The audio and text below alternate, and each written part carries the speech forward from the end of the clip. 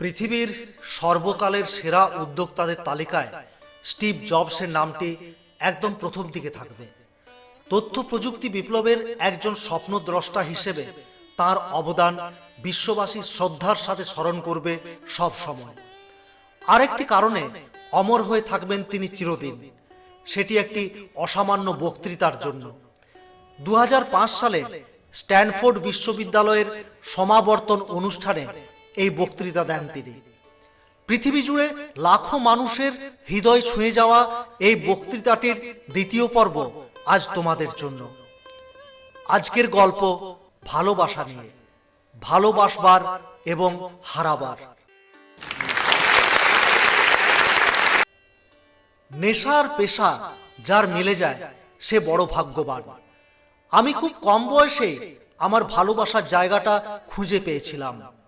ওজ এবং আমি যখন বাসার গ্যারেজে অ্যাপেলের যাত্রা শুরু করলাম, তখন আমার বয়স মাত্র 20 বছর। রাত দিন উন্মাদের মতো খাটতাম আমরা। দেখা গেল মাত্র 10 বছরের মাথায় সেই গ্যারেজের ঘুপচিতে জন্ম নেওয়া অ্যাপেল এখন $2 বিলিয়ন বিশাল এক প্রতিষ্ঠান হয়ে দাঁড়িয়েছে, যেখানে 4000-এরও বেশি মানুষ কাজ করে।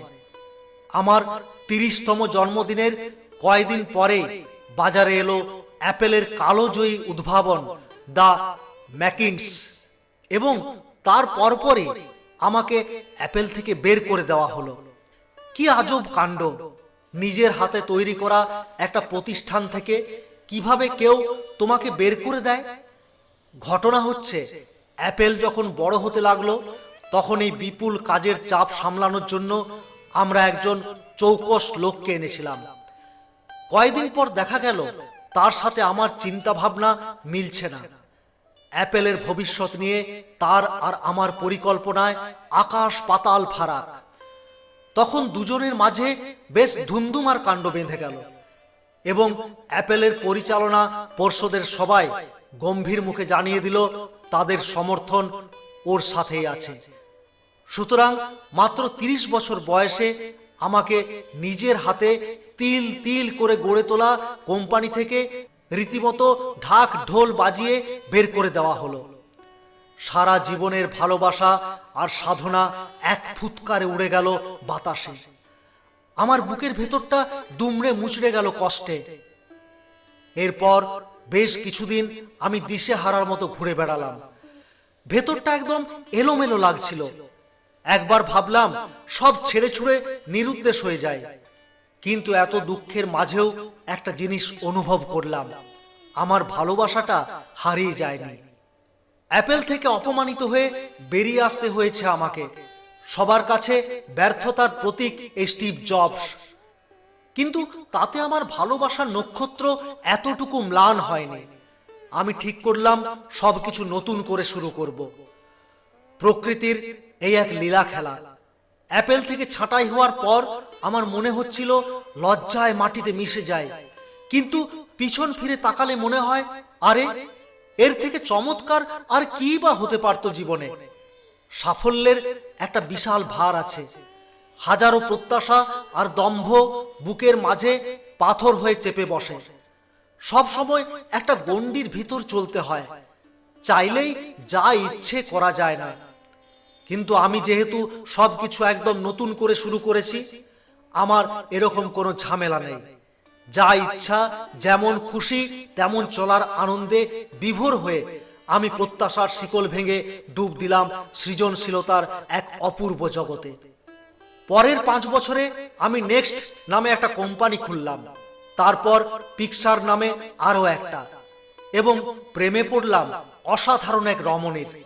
বিয়ে করে ফেললাম দুজনে। এই পিক্সার থেকেই আমরা বের করলাম পৃথিবীর প্রথম computer animated film toy story. এখন তো পিক্সার পৃথিবীর সবচেয়ে সফল অ্যানিমেশন স্টুডিও।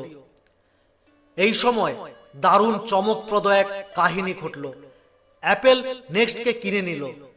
আমি আবারও ফিরে আসলাম প্রাণের প্রতিষ্ঠানে। নেক্সটে আমরা সেই প্রযুক্তি উদ্ভাবন করেছিলাম যেটার উপর ভিত্তি করে অ্যাপেলের আজ এই জয় জয়কার। লরেন আর আমি দুজনে গড়ে তুললাম দারুণ সুখী একটি পরিবার। আমি বুকে হাত দিয়ে বলতে পারি, সেদিন অ্যাপেল থেকে ছাঁটাই না হলে এ অসাধারণ ব্যাপারগুলো ঘটতই না আমার জীবনে। এটাই তো জীবনের আনন্দ।